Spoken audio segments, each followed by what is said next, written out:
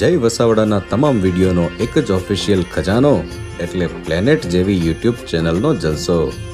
તો જલ્દી લાઈક કરો, સબસ્ક્રાઇબ કરો અને બેલ આઇકન પ્રેસ કરી ઓલ સિલેક્ટ કરો જેથી તમે જોઈ શકો અમારા વિડીયો સૌથી પહેલા.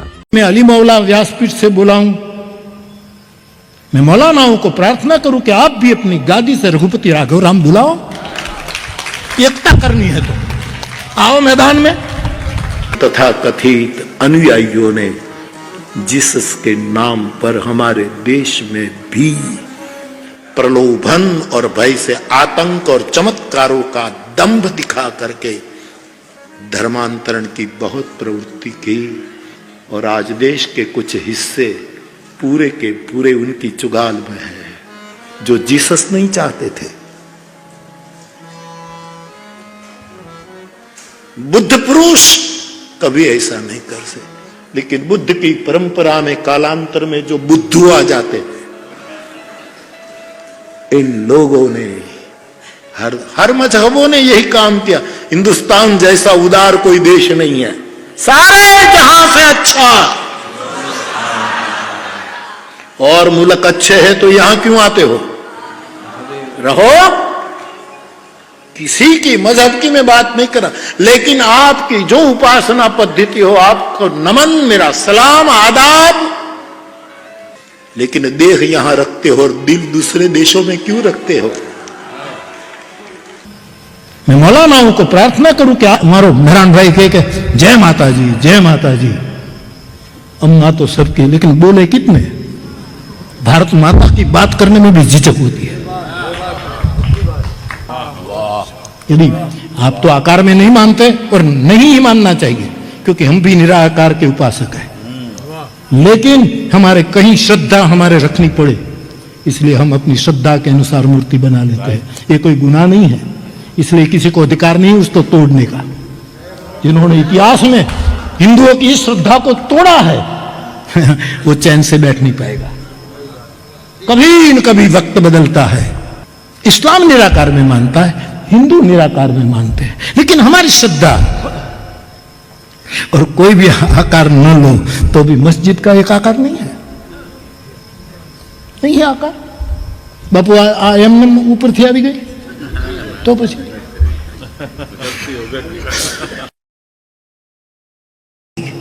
निराकार में सब मानते हैं, लेकिन आकार को क्यों तोड़े?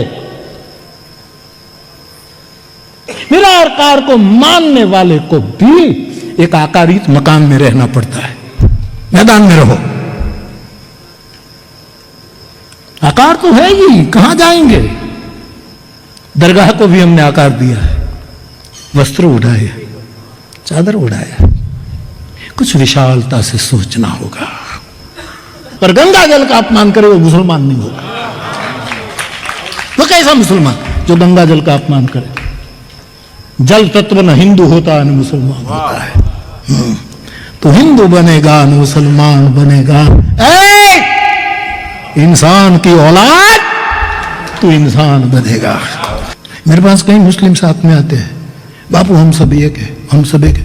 मैं शिवालय में जाता हूं ना तो एक इधर चला जाता है, एक इधर.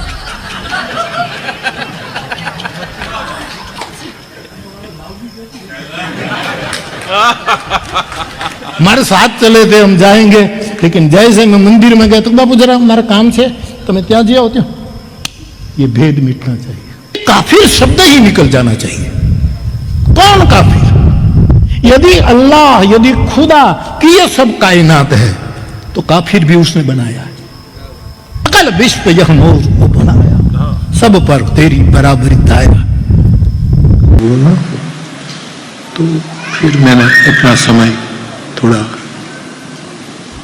एक फकीर को थोड़ा समय दे दिया. इन दिनों पेरिस राम में रम गया है.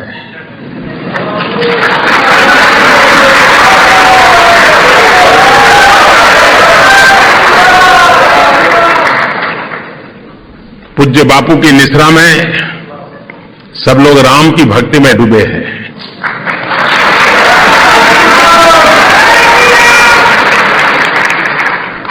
और जो इंद्र के सामने भी कथा का समय नहीं बदलते हैं, आज नरेंद्र के लिए उन्होंने कथा का समय बदल दिया।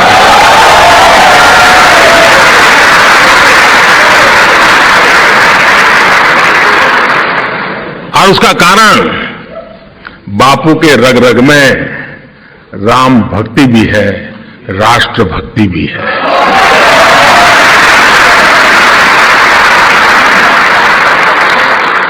आज अगर मेरे पास समय की सुविधा होती तो मैं जरूर उनकी चरण वंदना करने जाता, लेकिन मैं यहां से भी पूज्य बापू का धन्यवाद भी करता हूं, उनको नमन भी करता हूं।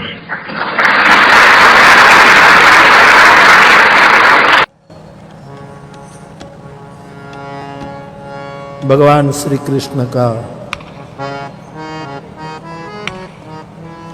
प्रभास क्षेत्र में जब देहोत्सर्ग हुआ,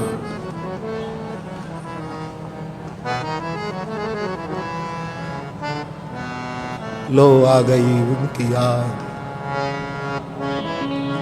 वो नहीं आए। जब कृष्ण को जाना था, आखिर जात अहीर, सूरदास कहते हैं, आखिर जात अहीर यादव। आप जानते हैं कृष्ण के बहुत प्यारे सखा उद्धव जी से वार्तालाप होता है। विदुर ने पूछा, भगवान कृष्ण कैसे हैं?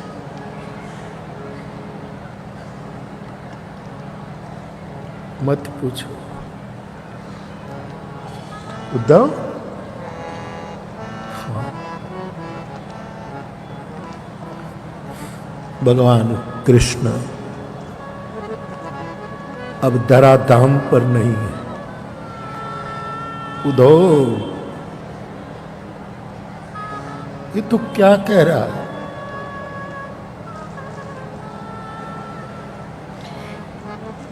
मुझे वाया वृंदावन भेजा है, एक कथा के अनुसार, और आपको प्रणाम करने को कहा है।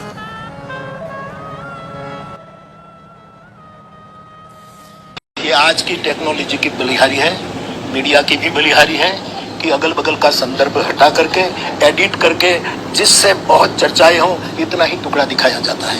कम से कम मेरा पूरा आगे की 5 मिनट, पीछे की 5 मिनट सुनी जाए। ईमान तो हमारे एक इस्लाम धर्म वालों ने कहा कि उन्होंने कहा कि जैसे नाम होते हैं सुलेमान, इसी तरह से तो नाम। मैं तो स्वागत करता हूँ ये बात कही। तो हनुमान जी की तस्वीर अपने घर में रखें और हनुमान चालीसा का पाठ करें। उन्होंने बापू ये बात हुई थी, मौलाना बोला राम जी मंदिर में मैं नमाज पढ़ने की इजाजत, आप आओ और आदर के साथ मेरे राम जी मंदिर में नमाज पढ़ो, आओ मेरे साथ। कभी मैं कहूं कि हम भी शंख और झालर लेकर मस्जिद में आए तो हमें भी आने देना। राम कृष्ण हरि, राम कृष्ण हरि, जय जय राम।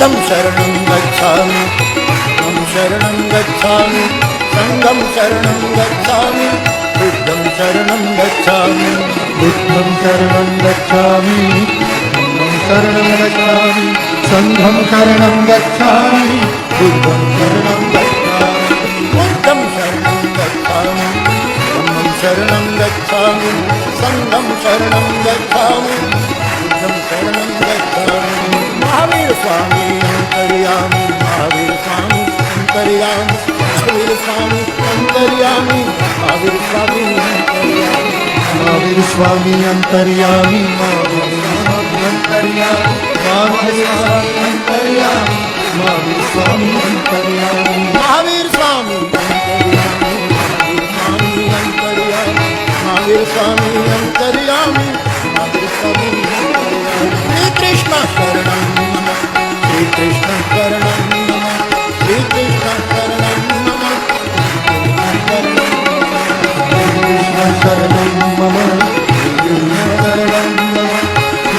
नमः शिवाय ओम नमः शिवाय ओम नमः शिवाय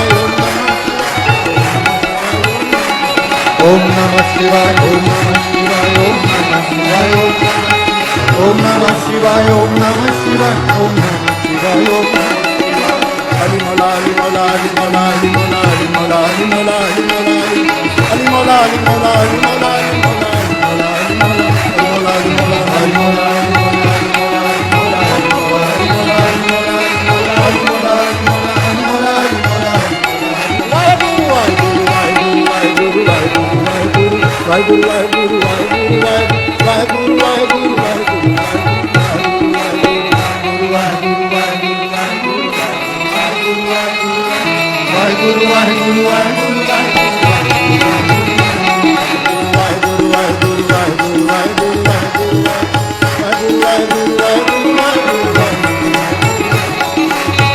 दुनिया की सबसे प्राचीन नगरी में आप सबको पूज्य संत मुरारी बापू के श्रीमुख से, व्यासपीठ से, उनके श्रीमुख से इस पावन कथा का सौभाग्य सुनने का, श्रवण करने का सौभाग्य प्राप्त हो रहा है। जय श्री राम। एक और उदाहरण गुजरात से मिला।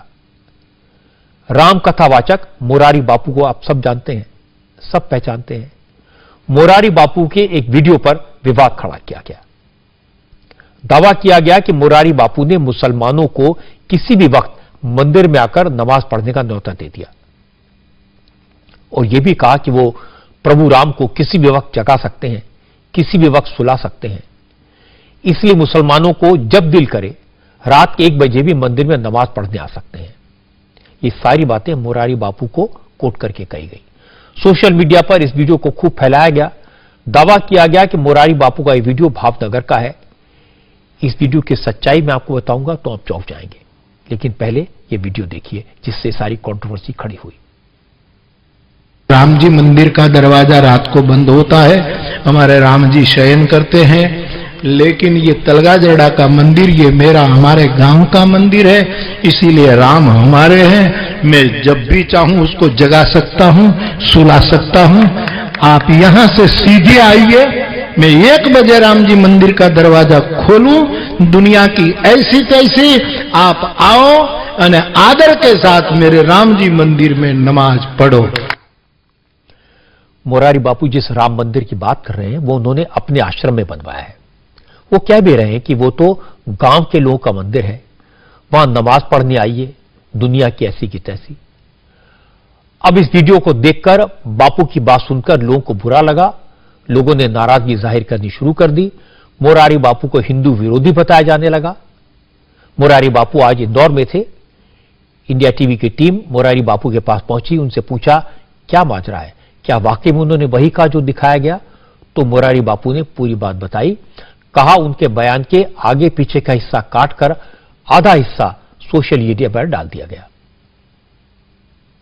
महुआ में तकरीर हुई थी तो उसमें हम शामिल थे। उसमें कोई मोहल्ला में पहचान उसने ऐसा कहा कि बापू यदि समः सर्वेषु भूतेषु सब समान बात करते हैं तो क्या बापू के धर्म स्थान में हम अपनी बंदगी करने आ सकते हैं?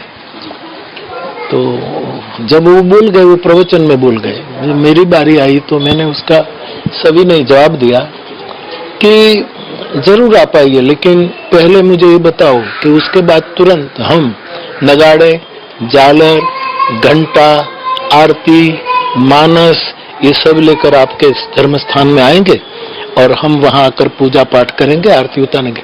आप मुझे जवाब दीजिए। अभी तक इसका कोई जवाब मुझे मिला नहीं। तो ये जो चल रहा है वो काट करके बीच की बात, पूर्वापर संबंध क्या है वो कोई नहीं दिखाता, इसलिए गैर समझ होती है। मोरारी बापू की बात को मैंने क्रॉस चेक करवाया। हमारे संवाददाता निर्णय कपूर ने मोरारी बापू के उस प्रोग्राम पर पूरा वीडियो भेजा। निर्णय ने बताया कि भावनगर में मुस्लिम समाज का सामूहिक विवाह कार्यक्रम था। इस कार्यक्रम में मुस्लिम समाज के लोगों ने मोरारी बापू को बुलाया था। इसी कार्यक्रम में मोरारी बापू ने हिंदू मुस्लिम एकता की मिसाल देते हुए ये बातें कही थी। उस दिन मोरारी बापू ने क्या कहा था और क्या दिखाया जा रहा है, ये आपको उस दिन की मोरारी बापू की पूरी बात सुनकर अपने आप समझ आ जाएगा। एक बार क्या हुआ साहब, हमारी महुआ की तकरीर में एक हमारे मौलाना जरा बहुत मेरे तरफ तो बहुत प्यार आदर रखते थे, लेकिन बहुत जुस्सों में बोले, बहुत बहुत बोले, बापू यदि सब एकता रखना चाहते हैं तो बापू के राम जी मंदिर में हमें बुलाए और राम जी मंदिर में हमें नमाज पढ़ने की इजाजत दे। बोलो मेहंदी बापू, ये बात हुई थी? मौलाना बोला राम जी मंदिर में मुझे हमें नमाज पढ़ने की इजाजत। महापुरुष बोल रहे बीच में तो मैं कुछ नहीं बोल सकता, तो बोल लिया, मेरी बारी। मैंने कहा तलगा राम जी मंदिर का दरवाजा रात को बंद होता है, हमारे राम जी शयन करते हैं, लेकिन ये तलगा जरड़ा का मंदिर ये मेरा हमारे गांव का मंदिर है, इसीलिए राम हमारे हैं। मैं जब भी चाहूं उसको जगा सकता हूं, सुला सकता हूं। आप यहां से सीधे आइए, मैं 1 बजे राम जी मंदिर का दरवाजा खोलूं, दुनिया की ऐसी तैसी आप आओ और आदर के साथ मेरे राम जी मंदिर में नमाज पढ़ो, आओ मेरे साथ। मैंने बहुत प्यार से निमंत्रित किया तो आपने हंस करके मेरी बात उड़ा दी। फिर मैंने मुस्कुराते हुए कहा कि कभी मैं कहूं कि हम भी शंख और झालर लेकर मस्जिद में आए तो हमें भी आने देना। साहबी एकता हमारी सिद्ध तभी होगी जब मोहब्बत होगी। मोरारी बापू ने बात की थी, मोहब्बत की, प्यार की, इसे कैसे नफरत में बदल दिया गया, यह इसका एक एग्जाम्पल है। मैं मोरारी बापू को अच्छी तरह जानता हूं। वो वाकई में एक ऐसे संत हैं जिनका समाज के सब वर्गों में सम्मान है। मोरारी बापू ने अपनी राम कथा से समाज में सौहार्द और भाईचारे का संदेश देते हैं। उनकी राम कथा पूरी दुनिया में सुनी जाती है। करोड़ों लोग मोरारी बापू के प्रति श्रद्धा रखते हैं। लेकिन सोशल मीडिया का जमाना है। सोशल मीडिया में कभी कभी रस्सी को सांप और सांप को रस्सी बनाकर पेश कर दिया जाता है। मोरारी बापू के साथ भी यही हुआ। उनके वीडियो को एडिट करके ऐसा बना दिया गया जैसे वो मुसलमानों को तरजीह दे रहे हो और हिंदुओं को नीचा दिखाने की कोशिश कर रहे हैं। लेकिन सच्चाई ऐसी नहीं थी और मैं जानता हूं ऐसी बातों पर कोई यकीन भी नहीं करेगा, लेकिन तो भी थोड़ी देर के लिए सही इसकी चर्चा तो हुई। कौन यकीन करेगा कि मोरारी बापू प्रभु राम का अनादर कर सकते हैं, क्योंकि उन्होंने अब तो अपना पूरा जीवन भगवान राम के लिए समर्पित किया है। इसलिए सोशल मीडिया पर जो कुछ दिखाई दे, जो कुछ सुनाई दे, उस पर आंख मूंद कर कभी भरोसा नहीं करना चाहिए। हमारा सबसे सरल और सहज मार्ग है मर्यादा पुरुषोत्तम भगवान श्री राम का नाम, और फिर बापू की कथा उसमें मिल जाए तो सोने पे सुहागा है। हम विश्वास के साथ कह सकते हैं कि यह कथा भारत विजय की प्रतीक बनेगी,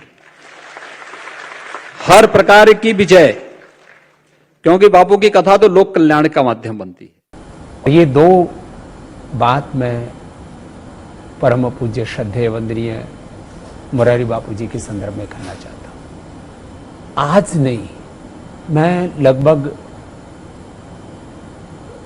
25 या 27 वर्ष पहले, 27 वर्ष पहले की लगभग बात है, पहली बार मैंने गंगोत्री में पूज्य बापू को सुना था। तब से मेरी उनके प्रति श्रद्धा है कि एक ऐसा महापुरुष जिसने करोड़ों करोड़ों भारतीयों के भीतर भगवान राम के चरित्र के प्रति श्रद्धा जगाई। एक बार जाकर के देखो आखिर पूज्य बापू रहते कैसे। एक गृहस्थ संत जैसे रहना चाहिए उसको। उसके आहार विचार वाणी व्यवहार की जो मर्यादा होती है, रोज अग्निहोत्र की जो मर्यादा होती है, माने पंच महायज्ञों की मर्यादा, चतुर्वर्णाश्रम धर्म की मर्यादा, जो 16 संस्कारों की जो मर्यादा कही है हमारे यहाँ पर, वर्णाश्रम धर्म के नाम से हमारे यहाँ पर बोला जाता है, पुरुषार्थ चतुष्टय की जो मर्यादा कही गई है, उस मर्यादा का ये गृहस्थ संत पालन करते मेरे भाई। मैं पूरे देश दुनिया में घुमा हूं, कोई एक व्यक्ति मुझे नहीं मिला जिसने कहा कि पूज्य बापू ने उससे कोई कथा के प्रवचन के पैसे लिए। कुछ कहते बापू की कथाएं तो बड़ी भव्य होती हैं, उनमें तो 10-10, 20-20 हजार लोग रोज भंडारा भी करते हैं, 1-1 लाख लोग आकर के सुनते हैं, तो लोग व्यवस्था कर रहे हैं। और ये हॉलीवुड के लोग, ये बॉलीवुड के लोग, ये नचइये गवैये लोग, नाटकबाज लोग, ड्रामेबाज लोग, नौटंकी करने वाले लोग, उनके कार्यक्रमों में अश्लीलता फैलाने वाले लोग, उनके कार्यक्रमों में लाखों लोग आते हैं, करोड़ों रुपए खर्च होते हैं, उसके ऊपर तुमको तकलीफ नहीं। और एक महापुरुष के पास में लोग आ रहे हैं। पूरे भारत में वैदिक परंपरा, सनातन आर्य हिंदू परंपरा, जो भी इसको नाम बोलो, उसमें आप 5 संतों के नाम बता दो, और उसमें यदि मुरारी बापू का नाम ना हो तो फिर मैं कुछ भी नहीं बोलूंगा। सारे जो सनातन विरोधी लोग हैं वो तो चाहते हैं ये सनातन के जो गौरव पुरुष हैं, इनका चरित्र खंडित हो, इनके प्रति घृणा हो, इनके प्रति नफरत हो, इनमें विवाद हो, ये इनमें लड़ाई झगड़ा हो। बड़ी मुश्किल से भगवान के विधान से और किसी आत्मा के हजारों लाखों करोड़ों जन्मों के पुण्य से और करोड़ों लोगों की प्रार्थनाओं से कोई एक बड़ा व्यक्तित्व किसी भी धर्म, संस्कृति, राष्ट्र में बनता है। उसको हम संजो के रखें, संभाल के रखें।